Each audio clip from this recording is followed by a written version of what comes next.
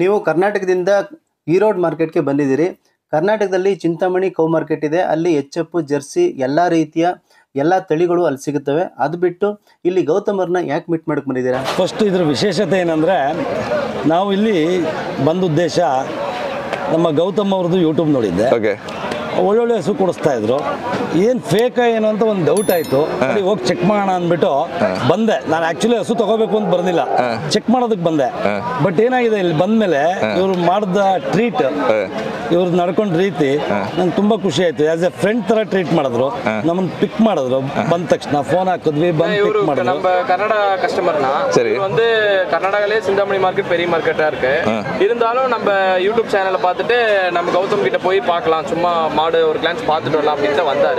நம்ம வந்து இங்க மாடு செலெக்ஷன் எல்லாம் பார்த்ததுக்கு அப்புறமே அவருக்கு பிடிச்சிருந்தது.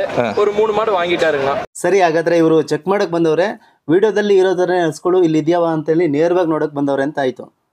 நம்ம ஃப்ரெண்ட்ஷிப்பா நம்ம இது பண்ணாங்காட்டி அவருக்கு பிடிச்சிருச்சுன்னா 3 மாடு வாங்கி. ಹಾಗಾದ್ರೆ ಇವ್ರಿಗೆ ಒಳ್ಳೆ ಹಸು ಕೊಡಿ. நம்ம கஸ்டமர் கிட்ட நான் வியாபார ரீதியாவே பேசுறது இல்லைங்கண்ணா. நம்ம கஸ்டமர் வந்து ஃப்ரெண்ட்லியா தான் நம்ம வந்து எதா இருந்தாலும் நம்ம கஸ்டமர்ட்ட உண்மையை சொல்லிடுறதுங்க. வியாபாரி பேசுற மாதிரி நான் வந்து கஸ்டமர்ட்ட பேச முடியாதுங்க. சரிங்க, நமக்கு தேவை கஸ்டமருங்க. அவங்க கிட்ட ஃப்ரெண்ட்லியா அவங்களுக்கு எப்படி வேணுமோ அதுக்கு தகுந்த மாதிரி கேட்டு அவங்க அதை வாங்குன்னு சொன்னா கூட தப்பான மாடு நம்ம வாங்கி கொடுக்கறது இல்லைங்க. தெளிவா வாங்கி கொடுத்துறதுங்க. ಸರ್, ನೀವು 3 ವಾರದಿಂದನೂ ಗುರುವಾರ ಬಂದು ನಮ್ಮ ಒಂದು ಈರೋಡ್ ಮಾರ್ಕೆಟ್ನಲ್ಲಿ ಹಸುಗಳನ್ನ ನೋಡ್ತಾನೆ ಇದ್ದೀರಾ. ಬಟ್ ಒಂದು ದಿನ ನೀವು ಹಸುಗಳನ್ನ ತಗೊಂಡಿಲ್ಲ ಈ 3 ವಾರದಲ್ಲೂ. ಇವತ್ತು ನೀವು 3 ಹಸುಗಳನ್ನ ತಗೊಂಡಿದ್ದೀರಾ, ಎಚ್.ಎಫ್ ಮತ್ತು ಬ್ಲ್ಯಾಕ್ ನೀವು ಹಸುಗಳನ್ನ ತಗೊಂಡಿದ್ದೀರಾ. ಆದರೆ ಚಿಂತಾಮಣಿನಲ್ಲಿ ತುಂಬ ಕಾಸ್ಟ್ಲಿ ಅಂತ ಹೇಳ್ತೀರಾ, ದೊಡ್ಡ ಕೌ ಮಾರ್ಕೆಟ್ ಅಂತಲೂ ಕೂಡ ಹೇಳ್ತೀರಾ. ಅಲ್ಲಿ ತಗೊಳ್ತೇನೆ, ನೀವು ಇಲ್ಲಿಗೆ ಯಾಕೆ ಬಂದು ತೊಗೊಂಡಿದ್ದೀರಾ? ಇಲ್ಲಿ ನಿಮಗೆ ವ್ಯಾಪಾರ ಹೇಗೆ ಅನ್ನಿಸ್ತು? ಮತ್ತು ಈ ಚಿಂತಾಮಣಿಗೂ ಇಲ್ಲಿಗೂ ಏನು ಡಿಫ್ರೆನ್ಸ್ ಇದೆ ಅಂತ ನೀವು ಹೇಳ್ತೀರಾ? ಚಿಂತಾಮಣಿ ತುಂಬಾ ಟಾಪ್ ಬ್ರೀಡ್ ಬರುತ್ತೆ.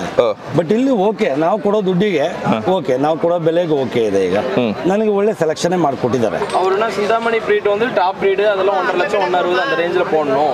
நீங்க வந்து அந்த பிரீட் வந்து ₹1 கீழேயே வாங்கிக்கலாம் அப்படிங்கிற மாதிரி சொல்றாரு. இருந்தாலும் அது அவர் கொடுக்குற பணத்துக்கு இது வந்து பரவாயில்லை அப்படிங்கிற மாதிரி சொல்றாரு. ಹಾಗಾದ್ರೆ ಇಲ್ಲಿ ಕಸ್ಟಮರ್ ಬಜೆಟ್ ಇರ್ತಕ್ಕಂತೆ ಹಸುಗಳು ನೀವು ಇಲ್ಲಿ ಕೊಡ್ತೀರಾ? அவர் பட்ஜெட்டுக்கு தகுந்த மாதிரி வாங்கிக்கிறாங்க. ஒருத்தர் ₹40 வராங்க, ஒருத்தர் 1 லட்சம் கொடுத்து வாங்குறாங்க. அவங்கவுங்க பட்ஜெட்டுக்கு தகுந்த மாதிரி வாங்கிக்கிறாங்க. ಈಗ ನಾನು ಈಗ 1 ಲಕ್ಷ ಕೊಟ್ಟು ತಗೊಂಡಿದ್ದೀನಿ. ಇಲ್ಲಿ ನನಗೆ 1 ಲಕ್ಷಕ್ಕೆ ವರ್ತ್ ಆಗಿದೆ ಅದು. சரிங்க, அவர் 1 லட்சம் கொடுத்து வாங்கியிருக்காரு, அதுக்கு தகுந்த ஒர்த் இருக்கு அப்படிங்கிற மாதிரி சொல்றாரு. சரிங்கண்ணா, ரொம்ப நன்றி. Okay okay, thank you. Okay, okay, thank you.